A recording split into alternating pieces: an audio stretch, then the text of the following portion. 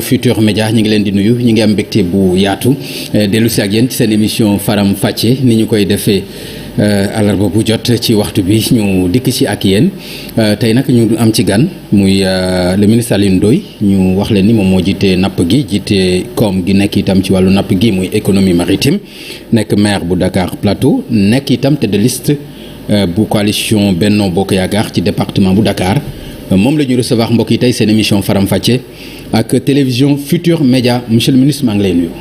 maa ngi lay fay Pape Ngagne di la gërëm bu baax ci li ñu dalal ci émission bi tey. jërëjëf ci profiter du nuyu képp ku ñuy seetaan.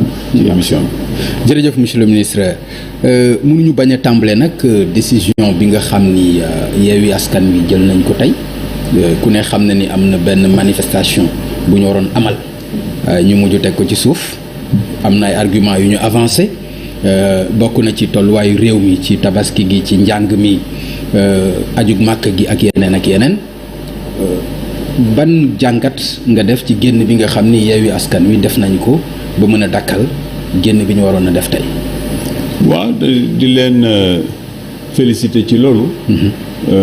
jàpp ni démocratie dafa am lu mu laaj. ndegam ñoom dem nañ ba déglu li leen. bërëb yu bëre nit yu bëre kuréel yu bëre wax ci tolluwaay réew mi comme ni nga ko waxee ci itam li nekk suñu kanam ak jafe-jafe yi nga xam ne naturellement sans moom yëngu-yëngu ñu ngi jànkonteek moom di jéem ut solution ni ñu ko faje bu ñu demee ba ñoom seen boobu jël décision boobu ñun mënuñu def lu dul rafetlu ko wax dëgg yàlla nag suivre moo point de presse conférence de presse bi parce que boobu ñu ngi doon conseil des ministres waaye résumé bi dégg naa ko di ko rafetlu wax ni c'est li mooy Sénégal aussi. D'accord il faut vraiment nit ñi. chaque fois ñuy delloo mbiri ci seen place. D'accord mais jàppaloo ni itam lu ñaaw la ci démocratie ci Sénégal parce que man jàpp naa ni muy rassemblement muy manifestation bu ñu demee ba def ko war a mën a yëngal dëkk bi war a mën a indi coow wala mën a indi fitna mais jàppaloo ni loolu itam état am na ci responsabilité. non état responsabilité am la jël dafa jël responsabilité bu mat sëkk amaana loolu aussi. nekk na ci balance bi parce que il faut ñuy waxante dëgg. nekk na ci balance bi lan nga ci bëgg a wax. je veux dire que ni état dafa taxawaayu bi nga xam ne yow mi doomi Sénégal man di doomi Sénégal loolu la ñu xaati moom parce que l' état est le premier garant. de la sécurité des citoyens. waaw suñu liberté dem ak dikk. marche dañ ko organiser. contestation dañ ko organiser ci république ci démocratie. mais jàpp naa ni boo jógoon yow ne suba da ngay marche. ba pare boole ci yenn yi état moo yor moo war a saytu est-ce que li nga nam ma def suba dana jur ay difficulté ci réew mi am déet maanaam dana indi ay trouble yoo xam ne parfois yow mi koy organiser sax da nga xam ne am nga ci responsabilité moo tax ngay dem di signer sa déclaration am nga ci responsabilité état moo parfois yor yenn information jàpp ni xëy na Papa Ngagne mi bëgg a def lii xëy na am na sax lu ko réer loo xam nga am na ay gouverneurs yoo xam ne wax nañ la risque d'infiltration sax wax nañ la ko ci te souvent nag dañ koy indi ci wàllu politique alors que l'administration c'est l'administration ñoo yor sécurité bi ñoo yor information yi ñoo yor itam mais monsieur le ministre nga baal ma est-ce que jàppaloo ni itam Sénégal waroon na toll foo xam ni ay nit bu ñu jógee pour am yéene def seen rassemblement wala seen manifestation ñu mën ko encadrer ci jàmm ñu def ko mu jeex mais bu ma jàppaloo ni Sénégal démocratie am war na mën a toll foofu bu ma nee nekk état bi da koy def la preuve mooy bi mujj la ñu interdire ak bi ñu bëggoon def tey mais avant loolu def nañ quand même ay marche boo xam ne dañ ko autoriser encadrer ko. mais est-ce que baat bi nga wax interdire. est-ce que loolu yanu na maanaa ci démocratie mais dafa yanu maanaa sëñ bi parce que nag nekkuñu dans le désordre on est dans un état organisé parce que bu désordre bu dee ci la ñuy dem ci anarchie la ñuy dem ça c'est un autre système mais ñu ngi sant yàlla Sénégal nekkul dans un système boo xam ne anarchie moo ko jiite.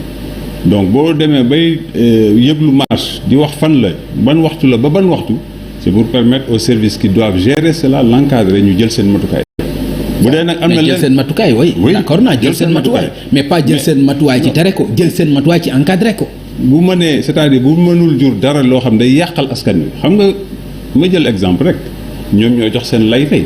waaw mais lay yooyu boo ko tegalee day jox dëgg ki nga xam ne tere na marche. lu ci mel nan ci lay. boo nee tey bu ñu marché tabaski bi école bi examen xale yi et cetera ba pare yow ci sa organisation da nga woote yeneen mbir Pape Ngagne nous sommes des Sénégalais gis naa keneen gis na des vidéos yu circulé yoo xam ne ñu ngi jàngal ay ndaw Sénégal nu ñuy defaree ay cocktail molotov ci marche parce que il faut aussi ñuy dut baaraam mbir yi. non pas ci marche. ah si non ci boo nee suba.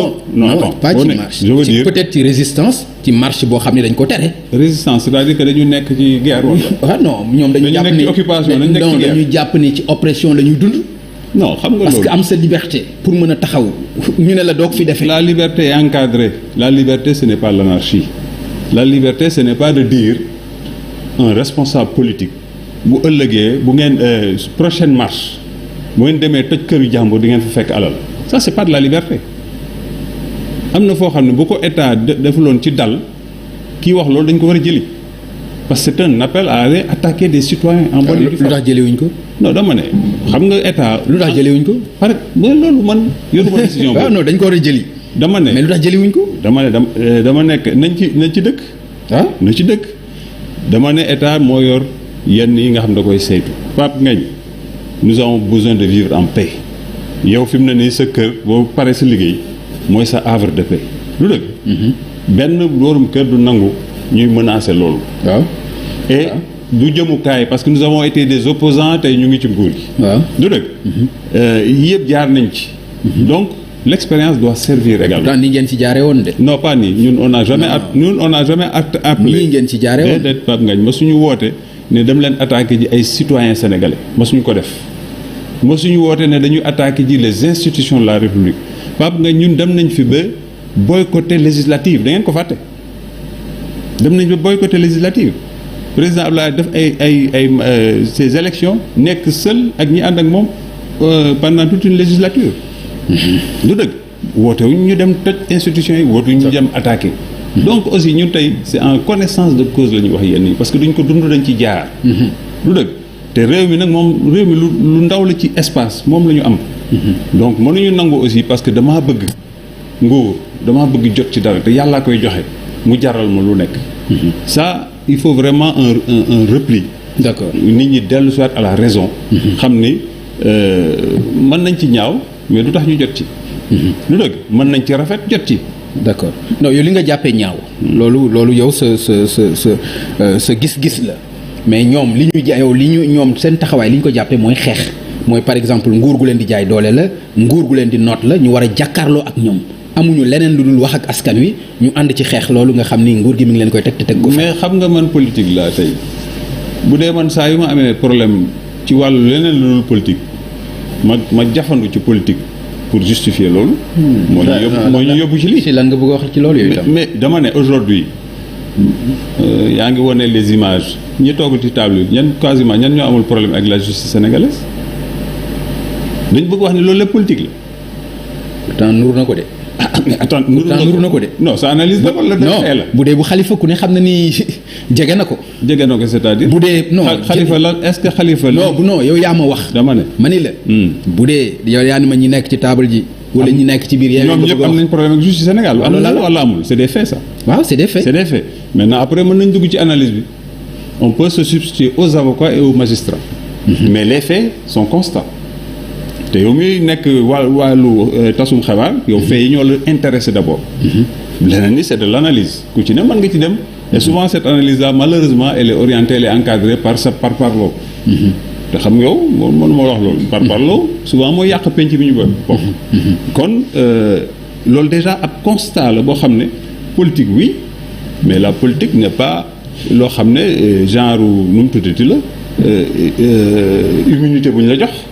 dans ta participation à la société. d'accord mais xam nga par exemple soo mënee ñi toog ci table bi li nga ci bëgg a junj mooy loolu mais mbiru Khalifa Sall duñ ci dellu si waat. non tax nga ñëw ci Khalifa Sall. dama la ñi ci toog ñun ñëpp mën naa ko tudd. waaw Ousmane Sonko mën naa ko tudd. mbiru Adji Sarr. waaw bi nga xam ni itam ñu bari jàpp nañ ni complot politique la. buñ ko lalal moom Ousmane Sonko ci boppam. parce que boo nee nit ki dafa man de ñaanalu ma ko yàlla. waaw mais tey yow boo amoon un différend avec un citoyen foo jëm est-ce que da ngay jëli sa arme régler ko wala da ngay dem devant la justice yow boo amoon de façon privée individuelle maille à partir avec un citoyen comme yow système bi ñu yor fii lan la sant parce que boo fajalee sa bopp. système bi coow lay dal. mais dégg nga ko mu ne nañ ma àtte mu gën a gaaw. kan ci moom Ousmane Sonko.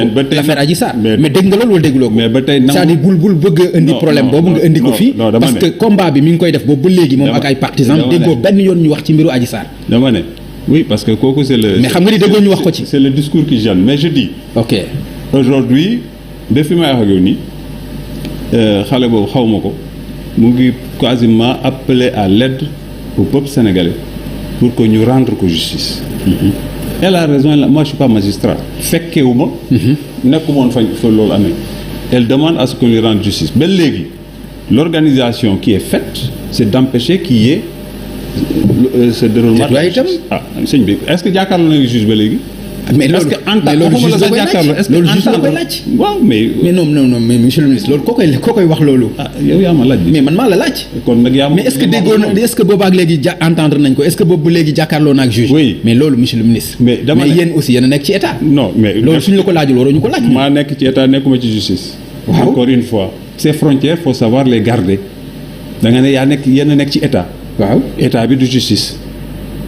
bien que aujourd'hui ku am problème ak justice da ngay bëgg état bi nekk ki nga xam ne mooy justice mais l'état au Sénégal Dieu merci n'est pas la justice et il faut qu'on accepte cela sinon équilibre li ñu bëgg am pour renforcer notre démocratie. d'accord du baax. voilà alors yow yaa wax état bi de justice waaye ñoom li ñu jàpp mooy état bi ak justice kenn mënu leen tàqale parce que loolu moo tax jàpp nañ ko sax bras armé moom justice bu état bi. waaw xam nga mooy li ma wax rek c'est-à-dire boo amee lu la jaaxal rek nga dem comme disait sama benn collègue. mais franchement li xew dans des lieux privés ñu bëgg que ça soit la responsabilité du président de la République comme bu dee moom amul ay charges énormes yu nekk ci moom yoo xam ne mooy kaaraange sénégalais yi mooy sénégalais yi jafe-jafe yi mu génne leen ci mooy développement sénégalais yi yow nga bëgg mu nekk dans des considérations strictement privées. ok dans la sphère strictement privée. donc su boo amee jafe-jafe nga woote loolu c'est-à-dire boo amee un problème commercial économique nga ne moom la boo amee un problème de société haute nga ne c'est le président c'est une parade politicienne boo xam ne dafa yomb. d'accord il faut maintenant que citoyens yi nag en toute liberté. ñu jël le recul nécessaire pour analyser. d'accord mais li wax nga que Yewwi bi ñu def seen conférence de presse boobu mi ngi la fekk conseil